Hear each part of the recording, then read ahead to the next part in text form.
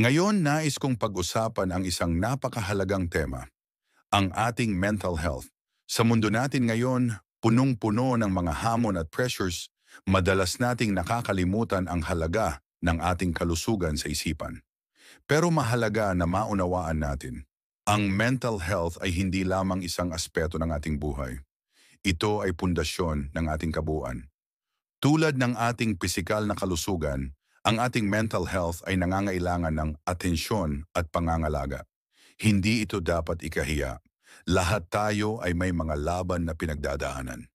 Minsan ang mga problema ay tila napakalaki, ngunit ang unang hakbang ay ang pagtanggap na normal lamang ang makaramdam ng pag-aalala, lungkot o stress. Hindi ka nag-iisa sa iyong pakikibaka. Mahalaga ang pagbuo ng isang support system.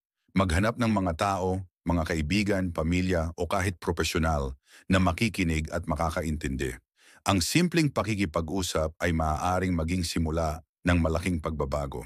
Tandaan, ang pagkakaroon ng open communication ay isang malaking hakbang patungo sa pagbuo ng mas malusog na mental state. Maging mapanuri sa iyong sarili, maglaan ng oras para sa iyong mga hilig at pasyon.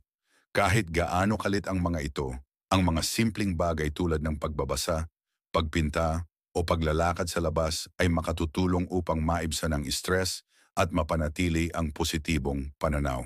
At higit sa lahat, huwag kalimutang magpahinga. Sa ating mabilis na mundo, mahalagang magkaroon ng oras para sa sarili.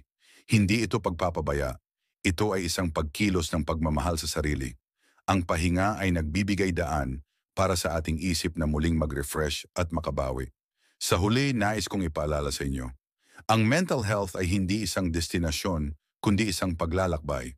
Ang bawat hakbang, maliit man o malaki, ay mahalaga. Huwag mawala ng pag-asa. Sa bawat pagsubok, nandiyan ang pagkakataon na muling bumangon at lumaban.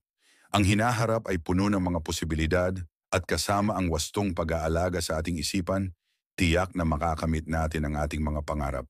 Kaya't patuloy lang mga kaibigan. Laban lang tayo.